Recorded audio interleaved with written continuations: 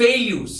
ఒక మనిషి ఏ విషయంలోనైనా బిజినెస్ లో కావచ్చు, కెరియర్ లో కావచ్చు, ఎడ్యుకేషన్ లో కావచ్చు ఎందుకు ఫెయిల్ అవుతున్నాడు, ఎలా సక్సెస్ సాధించాలి అనే దానికన్నా ఎందుకు ఫెయిల్ అవుతున్నావో తెలుసుకున్నావు అనుకో నీకు కూడా ఒక క్లారిటీ ఉంటుంది.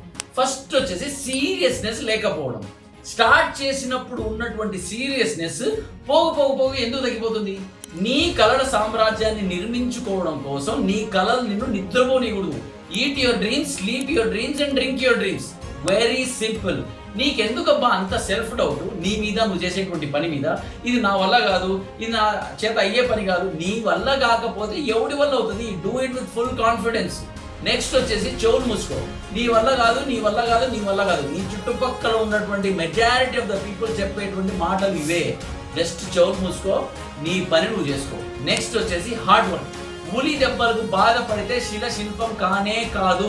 ఇది సినిమా డైలాగ్ అయినప్పటికీ కూడా ఇదే వాస్తవం. Only thing is hard work. Smart work అనేది లేనే లేదు. బట్ హార్డ్ వర్క్ ని స్మార్ట్ గా ఎట్లా చేయాలనో ఆలోచించు. నెక్స్ట్ వచ్చేసి ఫోకస్. అర్జునుడు పక్షి గుడ్డుని ఎలా గురిపెట్టి కొట్టాడో నీ పనిని అంత ఫోకస్ గా చేయి.